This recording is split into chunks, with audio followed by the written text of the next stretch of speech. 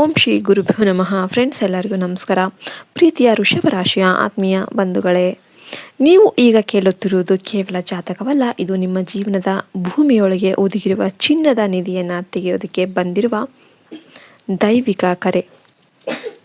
ಇತ್ತೀಚೆಗೆ ನಿಮಗೆ ಅನಿಸ್ತಾ ಇದೆಯಾ, ಜೀವನ ತುಂಬ ನಿಧಾನವಾಗಿ ಸಾಗ್ತಾ ಇದೆ ಅಂತ? ನೀವು ಕಷ್ಟಪಟ್ಟು ಕಟ್ಟಿದ ಗೋಪುರವನ್ನು ಯಾರೋ ಅಲುಗಾಡಿಸ್ತಾ ಇದ್ದಾರೆ ಹೀಗಂತ ನಿಮಗೆ ಅನಿಸ್ತಾ ಇದೆ. ಆದರೆ ಅದೇ ಸಮಯಕ್ಕೆ ನಿಮ್ಮೊಳಗೆ ಒಂದು ಸ್ಥಿರವಾದ ಧ್ವನಿ ಅನ್ನೋದು ಹೇಳ್ತಾ ಇದೆ, ತಾಳ್ಮೆಯಿಂದಿರು, ನಿನ್ನ ಸಮಯ ಬರ್ತಾ ಇದೆ ಅಂತ. ಇದು ಸುಳ್ಳಲ್ಲ. ನೀವು ವೃಷಭ ರಾಶಿಯವರು, ಶುಕ್ರನ ಮಕ್ಕಳು, ಭೂಮಿ ತತ್ವದ ರಾಶಿ. ನೀವು ಅವಸರ ಮಾಡೋದಿಲ್ಲ, ಆದರೆ ಒಮ್ಮೆ ಹೆಜ್ಜೆ ಇಟ್ಟರೆ ಹಿಂದೆ ಸರಿಯೋದಿಲ್ಲ. ಕಳೆದ ಒಂದೆರಡು ವರ್ಷದಿಂದ ಶನಿ ನಿಮ್ಮನ್ನು ಚೆನ್ನಾಗಿ ಪರೀಕ್ಷೆ ಮಾಡಿದ್ದಾನೆ. ಹಣಕಾಸು, ಸಂಬಂಧ, ಆರೋಗ್ಯ ಎಲ್ಲದರಲ್ಲೂ ಕೂಡ ನಿಧಾನಗತಿ, ತಡೆ, ವಿಳಂಬ.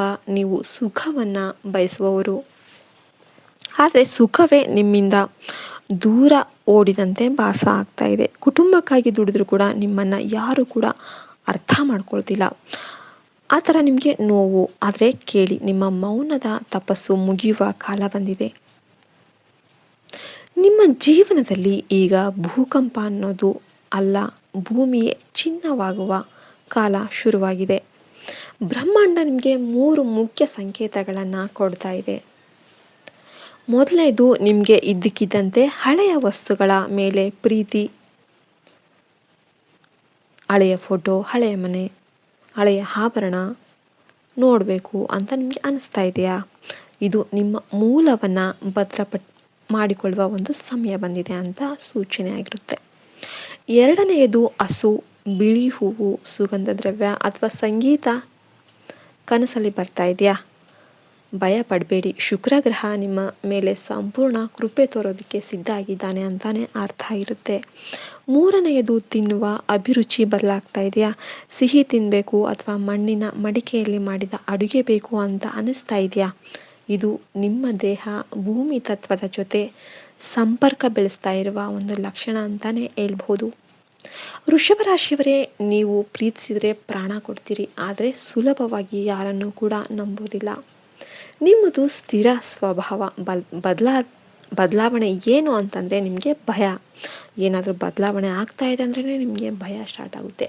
ಈಗ ನಿಮ್ಮ ಸುತ್ತಲೂ 2 ರೀತಿಯ ಶಕ್ತಿಗಳು ಕೆಲಸ ಮಾಡ್ತಾ ಇದೆ. ಒಂದು, ನಿಮ್ಮ ಶ್ರಮವನ್ನು ನೋಡಿ ಮೆಚ್ಚುವವರು, ನಿಮ್ಮ ತಾಳ್ಮೆಯನ್ನು ಗೌರವಿಸುವವರು. ಆದರೆ ನೀವು ನಿಮ್ಮ ಅನುಮಾನದಿಂದ ಅವರನ್ನು ಹತ್ತಿರ ಸೇರಿಸ್ಕೊಳ್ತಾ ಇಲ್ಲ. ಎರಡನೆಯದು, ನಿಮ್ಮ ಸ್ಥಿರತೆಯನ್ನು ನೋಡಿ ಹೊಟ್ಟೆ ಕಿಚ್ಚು ಪಡುವವರು. ನೀವು ನಿಧಾನವಾಗಿ ಗೆಲ್ತೀರಿ ಅಂತ ಗೊತ್ತಿದ್ದು ನಿಮ್ಮ ದಾರಿಗೆ ಮುಳ್ಳು ಹಾಕುವವರು. ಅವರು ನಿಮ್ಮ ಕುಟುಂಬದಲ್ಲೇ ಇರ್ಬೋದು, ಕಚೇರಿಯಲ್ಲೇ ಇರಬಹುದು, ಅಥವಾ ನಿಮಗೆ ಮುಂದಿನ ಉಣ್ಮೆಯಿಂದ ಒಂದು ಅಮಾವಾಸ್ಯೆಯ ನಡುವೆ ಒಂದು ಘಟನೆ ಅನ್ನೋದು ಸಂಭವಿಸಬಹುದು. ಹಣದ ವಿಷಯದಲ್ಲಿ ಅಥವಾ ಆಸ್ತಿ ವಿಷಯದಲ್ಲಿ ಒಂದು ದೊಡ್ಡ ಚರ್ಚೆ, ಒಂದು ನಿರ್ಧಾರ. ಆ ದಿನ ಯಾರು ನಿಮ್ಮ ನಿಜವಾದ ಹಿತೈಷಿಗಳು, ಯಾರು ಕೇವಲ ನಿಮ್ಮ ಸಂಪತ್ತಿಗೆ ಹಿತೈಷಿಗಳು ಅಂತ ನೀವು ಹಾಲು ಮತ್ತು ನೀರು ಯಾವ ಥರ ಬೇರು ಮಾಡ್ತೀವಿ ಆ ಥರ ಬೇರು ಮಾಡಬಹುದು, ಬೇರ್ಪಡಿಸುತ್ತೆ. ನೀವು ಜಗಳ ಇಷ್ಟಪಡೋದಿಲ್ಲ, ಆದರೆ ಈ ಬಾರಿ ಮೌನವಾಗಿದ್ದರೆ ನಿಮ್ಮ ಪಾಲಿನ ಹಕ್ಕನ್ನು ನೀವು ಕಳೆದುಕೊಳ್ತೀರಿ. ನೆನ್ಪಿಡಿ, ವೃಷಭ ರಾಶಿಯವರು ಸಿಟ್ಟಾದರೆ ನಂದಿ ಇದ್ದಂತೆ. ಆ ಸಿಟ್ಟು ನ್ಯಾಯಕ್ಕಾಗಿ ಇರಲಿ. ನಿಮ್ಮ ಆರ್ಥಿಕ ಸ್ಥಿತಿ, ನಿಮ್ಮದು ಕಷ್ಟಪಟ್ಟು ಸಂಪಾದಿಸುವ ರಾಶಿ. ದುಡ್ಡಿನ ಬೆಲೆ ನಿಮಗೆ ಚೆನ್ನಾಗಿ ಗೊತ್ತು, ಆದರೆ ಕಳೆದ ಕೆಲವು ಸಮಯದಿಂದ ಹಣ ಕೈಯಲ್ಲಿ ನಿಲ್ತಾ ಇಲ್ಲ. ಬಂದ ದುಡ್ಡು ಖರ್ಚು, ಅನಾರೋಗ್ಯ ಅಥವಾ ಕುಟುಂಬದ ಜವಾಬ್ದಾರಿಗೆ ಹೋಗ್ತಾ ಇದೆ.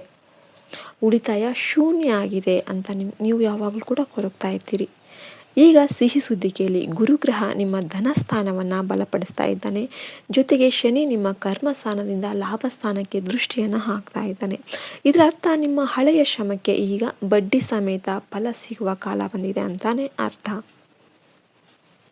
ನಿರೀಕ್ಷಿಸಿದ ಅನ್ಎಕ್ಸ್ಪೆಕ್ಟೆಡ್ ಮೂಲದಿಂದ ನಿಮಗೆ ಹಣ ಬರುತ್ತೆ. ಅದು ಪಿತ್ರಾರ್ಜಿತ ಆಸ್ತಿ ಆಗಿರ್ಬೋದು, ಬಹಳ ದಿನದಿಂದ ನಿಂತಿದ್ದ ಒಂದು ಕೋರ್ಟ್ ಕೇಸ್ ಆಗಿರ್ಬೋದು, ಅದು ಗೆಲ್ಲಬಹುದು. ಅಥವಾ ನೀವು ಮಾಡಿದ ಒಂದು ಸಣ್ಣ ಹೂಡಿಕೆ ಏನಿದೆ ಅದು ದೊಡ್ಡ ಲಾಭವನ್ನು ತಂದುಕೊಳ್ಬೋದು. ಭೂಮಿ, ಚಿನ್ನ ಅಥವಾ ಬೆಳ್ಳಿ ವ್ಯವಹಾರ ಮಾಡುವವರಿಗೆ ಇದು ಸುವರ್ಣ ಯುಗ ಅಂತಾನೆ ಹೇಳ್ಬೋದು. ಆದರೆ ಇಲ್ಲಿ ಒಂದು ದೊಡ್ಡ ಎಚ್ಚರಿಕೆ ಕೂಡ ನಿಮಗೆ ಇರುತ್ತೆ. ವೃಷಭ ರಾಶಿಯವರಿಗೆ ಐಷಾರಾಮಿ ವಸ್ತುಗಳ ಮೇಲೆ ಮೋಹ ಜಾಸ್ತಿ. ಹಣ ಬಂದ ತಕ್ಷಣ ಕಾರ್ ತಗೋಬೇಕು, ಚಿನ್ನ ತಗೋಬೇಕು, ಮನೆ ಅಲಂಕಾರಕ್ಕೆ ಖರ್ಚು ಮಾಡಬೇಡಿ. ಮೊದಲು ಸಾಲ ತೀರಿಸಿ ನಂತರ ಸ್ಥಿರ ಆಸ್ತಿ ಮಾಡಿ. ಯಾರಿಗಾದರೂ ಗ್ಯಾರಂಟಿ ಹಾಕೋದಕ್ಕೆ, ಸಾಲ ಕೊಡೋದಕ್ಕೆ ಹೋಗಬೇಡಿ. ಕೊಟ್ಟ ಹಣ ಮರಳಿ ಬರೋದು ಕಷ್ಟ. ನಿಮ್ಮ ಹಣದ ಗುಟ್ಟನ್ನು ನಿಮ್ಮ ಹೆಂಡತಿ ಅಥವಾ ಗಂಡನ ಹೊರತುಪಡಿಸಿ ನೀವು ಯಾರಿಗೂ ಹೇಳೋದಕ್ಕೆ ಹೋಗಬಾರ್ದು. ಇನ್ನು ನಿಮ್ಮ ಪ್ರೇಮ ಜೀವನ ಮತ್ತು ಸಂಬಂಧದ ಬಗ್ಗೆ ಹೇಳೋದಾದರೆ, ನೀವು ಸಂಬಂಧದಲ್ಲಿ ಸ್ಥಿರತೆಯನ್ನು ಬಯಸ್ತೀರಿ. ಒಮ್ಮೆ ಕೈ ಹಿಡಿದರೆ ಜೀವನ ಪೂರ್ತಿ ಬಿಡೋದಿಲ್ಲ. ಆದರೆ ನಿಮ್ಮ ಈ ಪಾಸಿಟಿವ್ನೆಸ್ ಸ್ವಭಾವ ಏನಿದೆ, ನಿಮ್ಮ ಅನುಮಾನ ನಿಮ್ಮ ಸಂಗಾತಿಗೆ ಉಸಿರುಗಟ್ಟುವಂತೆ ಮಾಡಬಹುದು. ಮದುವೆ ಆಗಿರೋರಿಗೆ ಮುಂದಿನ 50 ದಿನ ಬಹಳ ಮುಖ್ಯ. ಸಣ್ಣ ವಿಷಯಕ್ಕೆ ದೊಡ್ಡ ಜಗಳ ಆಗಬಹುದು. ನಿಮ್ಮ ಅಹಂಕಾರ ಬಿಟ್ಟು ಮೊದಲು ನೀವು ಮಾತನಾಡಿ. ಯಾಕೆಂದರೆ ನಿಮ್ಮ ಸಂಗಾತಿ ನಿಮ್ಮ ಆಧಾರ ಸ್ತಂಭ ಆಗಿರುತ್ತಾರೆ. ಅವರನ್ನು ಕಳೆದುಕೊಂಡ್ರೆ ನೀವು ಕುಸಿದು ಬೀಳ್ತೀರಿ. ಒಂಟಿಯಾಗಿರುವ ವೃಷಭ ರಾಶಿಯವರಿಗೆ ಒಂದು ವಿಶೇಷ ಸೂಚನೆ. ನಿಮ್ಮನ್ನು ನಿಜವಾಗಿಯೂ ಕೂಡ ಅರ್ಥ ಮಾಡಿಕೊಳ್ಳುವ ವ್ಯಕ್ತಿ ನಿಮ್ಮ ಜೀವನಕ್ಕೆ ಬರ್ತಾ ಇದ್ದಾರೆ. ಅವರು ಬಹಳ ಸಿಂಪಲ್ ಆಗಿರ್ತಾರೆ, ಸರಳವಾಗಿರ್ತಾರೆ. ಅವ್ರ ಸ್ವಭಾವ ನಿಮ್ಮಂತಲೇ ಶಾಂತ ಸ್ವಭಾವದವರಾಗಿರ್ತಾರೆ. ಅವರು ನಿಮ್ಮ ಅಂತಸ್ತು, ನಿಮ್ಮ ಹಣ ನೋಡಿ ಬರೋದಿಲ್ಲ, ನಿಮ್ಮ ಗುಣ ನೋಡಿ ಬರ್ತಾರೆ. ಆದರೆ ನೀವು ನಿಮ್ಮ ಹಳೆಯ ಪ್ರೇಮ, ವೈಫಲ್ಯದ ಕಹಿಯನ್ನು ಹೊತ್ಕೊಂಡು ಅವರನ್ನು ದೂರ ತಳ್ಳಬೇಡಿ. ಈ ಬಾರಿ ನಿಮ್ಮ ಹೃದಯದ ಬಾಗಿಲು ತೆರೀರಿ. ಆದರೆ ನಿಮ್ಮ ಮನೆಯ ಬೀಗದ ಕೈ ಮಾತ್ರ ನಂಬಿಕೆ ಗೆದ್ದವರಿಗೆ ಕೊಡಿ. ಆರೋಗ್ಯ, ನೀವು ಸುಖ ಭೋಜಿಗಳು, ತಿನ್ನುವುದು ಮಲಗುವುದು ನಿಮಗೆ ಇಷ್ಟ. ಇದೇ ನಿಮ್ಮ ದೊಡ್ಡ ಸಮಸ್ಯೆ ಕೂಡ ಆಗಿರುತ್ತೆ. ಶುಕ್ರನು ಗಂಟಲು, ಕುತ್ತಿಗೆ, ಥೈರಾಯ್ಡ್, ಸಂತಾನೋತ್ಪತ್ತಿ ಅಂಗಗಳ ಕಾರಕ ಆಗಿರ್ತಾನೆ. ನಿಮಗೆ ಕಫ ಸಂಬಂಧಿ ಕಾಯಿಲೆ, ತೂಕ ಜಾಸ್ತಿ ಆಗೋದು, ಥೈರಾಯ್ಡ್, ಸಕ್ಕರೆ ಕಾಯಿಲೆ ಬರುವ ಸಾಧ್ಯತೆ ಇರುತ್ತೆ. ಗಂಟಲು ನೋವು, ಟಾನ್ಸಿಲ್ ಪದೇ ಪದೇ ಕಾಡಬಹುದು. ಮುಂದಿನ 2 ತಿಂಗಳು ಆದಷ್ಟು ತಂಪು ಪದಾರ್ಥ, ಐಸ್ ಕ್ರೀಮ್, ಮೊಸರು ರಾತ್ರಿ ಸಮಯದಲ್ಲಿ ತಿನ್ನಬೇಡಿ. ನಿಮಗೆ ಒಂದು ದೈವಿಕ ಪರಿಹಾರವನ್ನು ಹೇಳ್ತೀನಿ. ಪ್ರತಿ ಶುಕ್ರವಾರ ಲಕ್ಷ್ಮೀ ದೇವಿಗೆ ಕಮಲದ ಹೂ, ತಾವರೆ ಹೂ ಏನಿದೆ ಅಥವಾ ಮಲ್ಲಿಗೆ ಹೂವನ್ನು ಅರ್ಪಣೆ ಮಾಡಿ, ಬಿಳಿ ಬಟ್ಟೆ ಧರಿಸಿ, ಓಂ ಶುಂ ಶುಕ್ರಾಯ ನಮಃ ಈ ಮಂತ್ರವನ್ನು 108 ಬಾರಿ ಹೇಳಿ. ಇದು ನಿಮ್ಮ ದೇಹದಲ್ಲಿ ಹಾರ್ಮೋನ್ ಸಮತೋಲನದಲ್ಲಿ ತರುತ್ತೆ. ಚರ್ಮದ ಕಾಂತಿ ಜಾಸ್ತಿ ಆಗುತ್ತೆ ಮತ್ತು ಮನಸ್ಸಿಗೆ ನೆಮ್ಮದಿ ಕೊಡುತ್ತೆ. ನಿಮ್ಮ ದೇಹವೇ ನಿಮ್ಮ ದೇವಸ್ಥಾನ. ಅದನ್ನು ಅತಿಯಾಗಿ ತಿಂದು ಹಾಳು ಮಾಡಿಕೊಳ್ಬೇಡಿ. ವಜ್ರ ಅಥವಾ ಓಪಲ್ ರತ್ನ ನಿಮಗೆ ಅದೃಷ್ಟವನ್ನು ತಂದುಕೊಡುತ್ತೆ. ಆದರೆ ಜಾತಕ ನೋಡದೆ ಧರಿಸಬೇಡಿ. ವೃಷಭ ರಾಶಿಯವರೇ, ನೀವು ಕನಸಲ್ಲಿ ಹೊಲ, ಗದ್ದೆ, ಹಸಿರು ತೋಟ, ಆಭರಣ ಅಥವಾ ಬಿಳಿ ಹಸುವನ್ನು ನೋಡ್ತಾ ಇದ್ದೀರಾ? ಸಂಭ್ರಮಿಸಿ. ಇದು ಮಹಾಲಕ್ಷ್ಮಿ ನಿಮ್ಮ ಮನೆಗೆ ಬರುವ ಸೂಚನೆ ಆಗಿರುತ್ತೆ. ನೀವು ಸಾಮಾನ್ಯರಲ್ಲ. ನಿಮ್ಮ ಮಾತಿನಲ್ಲಿ ಮಧುರತೆ ಇದೆ. ನಿಮ್ಮ ಕೈಯಲ್ಲಿ ಲಕ್ಷ್ಮಿ ಇದ್ದಾಳೆ. ನೀವು ಯಾರನ್ನಾದರೂ ಮನಸಾರೆ ಹರಿಸಿದರೆ ಅವರಿಗೆ ಒಳ್ಳೆಯದಾಗುತ್ತೆ. ನಿಮ್ಮ ಆಶೀರ್ವಾದಕ್ಕೆ ಬಹಳ ಶಕ್ತಿ ಇದೆ. ಆದ್ದರಿಂದ ಯಾವಾಗಲೂ ಕೂಡ ಒಳ್ಳೆಯದನ್ನೇ ನೀವು ಮಾತನಾಡಿ, ಒಳ್ಳೆಯದನ್ನೇ ಬಯಸಿ. ನನ್ನ ಮನೆಗೆ ಸಂಪತ್ತು ಹರಿದು ಬರ್ತಾ ಇದೆ, ನನ್ನ ಕುಟುಂಬ ಸುಖವಾಗಿದೆ, ನಾನು ಆರೋಗ್ಯವಾಗಿದ್ದೀನಿ ಅಂತ ಪ್ರತಿದಿನ ಬೆಳಗ್ಗೆ ದೇವರ ಮುಂದೆ ದೀಪ ಹಚ್ಚಿ ಹೇಳ್ಕೊಳ್ಳಿ. ನಿಮ್ಮ ಸಂಕಲ್ಪವೇ ನಿಮ್ಮ ಭವಿಷ್ಯವನ್ನು ರೂಪಿಸುತ್ತೆ. ನೀವು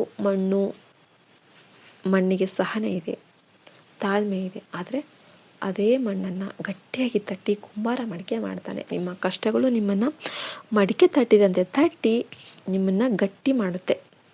ಮುಂದಿನ 6 ತಿಂಗಳು ನಿಮ್ಮ ಜೀವನದ ದೊಡ್ಡ ಬದಲಾವಣೆಯ ಕಾಲ ಆಗಿರುತ್ತೆ. ಶನಿ ನಿಮ್ಮ ಭಾಗ್ಯಸ್ಥಾನವನ್ನು ಬಲಪಡಿಸ್ತಾರೆ. ಶುಕ್ರ ನಿಮ್ಮ ರಾಶ್ಯಾಧಿಪತಿಯಾಗಿರ್ತಾರೆ. ಈ 2 ಗ್ರಹಗಳು ಸೇರಿ ನಿಮ್ಮನ್ನು ಶ್ರೀಮಂತ ಮಾಡೋದಕ್ಕೆ ಹೊರಟಿದ್ದಾರೆ. ಈ ಸಮಯದಲ್ಲಿ ಸೋಮಾರಿತನ ಬೇಡ. ಬೆಳಗ್ಗೆ ಬೇಗ ಎದ್ದು ಹಾಲು, ಅನ್ನದಾನ ಮಾಡಿ,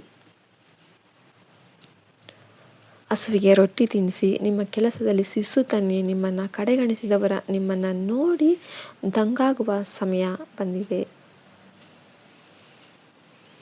ಒಂದು ಸಣ್ಣ ಕೆಲಸ ಮಾಡಿ. ನಿಮ್ಮ ಹಣ ಇಡುವ ಪರ್ಸ್ ಅಥವಾ ಬೀರಲ್ಲಿ ಬಿಳಿ ಬಣ್ಣದ ವಸ್ತ್ರ ಇಟ್ಟು ಅದ್ರ ಮೇಲೆ ಸ್ವಲ್ಪ ಅಕ್ಕಿ ಮತ್ತು 1 ರೂಪಾಯಿ ನಾಣ್ಯ ಇಟ್ಬಿಡಿ. ಬಿಳಿ ಬಣ್ಣದ ಶುಕ್ರನಿಗೆ ಪ್ರಿಯ ಇದು ನಿಮ್ಮ ಬಳಿ ಹಣ ನಿಲ್ಲುವಂತೆ ಮಾಡುತ್ತೆ. ನಿಮ್ಮ ವ್ಯವಹಾರದಲ್ಲಿ ಬಿಳಿ ಕಾಗದ ಪದ್ಧತಿ, ಇದನ್ನು ನೀವು ಬಿಳಿ ಕಾಗದವನ್ನು ಜಾಸ್ತಿ ಬಳಸಿ. ಅದು ಶುದ್ಧತೆ ಮತ್ತು ಲಾಭದ ಸಂಕೇತವಾಗಿರುತ್ತೆ. ವೃಷಭ ರಾಶಿಯವರೇ, ನೀವು ಆಮೆ ಇದ್ದಂತೆ. ಮೊಲಕ್ಕೆ ಸೋಲಿಸಿದ್ದು ನಿಮ್ಮ ತಾಳ್ಮೆ ಆಗಿರುತ್ತೆ, ನಿಮ್ಮ ಸ್ಥಿರತೆ. ಜಗತ್ತು ಇಷ್ಟೇ ನೀವು ವೇಗವಾಗಿ ಓಡಿದರೂ ಕೂಡ ನೀವು ನಿಮ್ಮ ಲಯ ಬಿಡೋದಿಲ್ಲ. ಅದೇ ನಿಮ್ಮ ದೊಡ್ಡ ಶಕ್ತಿಯಾಗಿರುತ್ತೆ. ನಿಮ್ಮನ್ನು ನೋಡಿ ನಿಧಾನ ಅಂತ ಅಣಗಿಸಿದವರು ಇಂದು ನೀವು ಕಟ್ಟಿದ ಸಾಮ್ರಾಜ್ಯ ನೋಡಿ ಬೆರಗಾಗ್ತಾರೆ. ನಿಮ್ಮ ಕುಟುಂಬವೇ ನಿಮ್ಮ ಶಕ್ತಿ, ನಿಮ್ಮ ದೌರ್ಬಲ್ಯ ಎರಡೂ ಕೂಡ ಇರುತ್ತೆ. ಅವರಿಗಾಗಿ ನೀವು ಏನು ಬೇಕಾದರೂ ಮಾಡ್ತೀರಿ. ಈಗ ನಿಮ್ಮ ಜೀವನದ ಹೊಸ ಅಧ್ಯಾಯ ಅನ್ನೋದು ಶುರುವಾಗ್ತಾ ಇದೆ.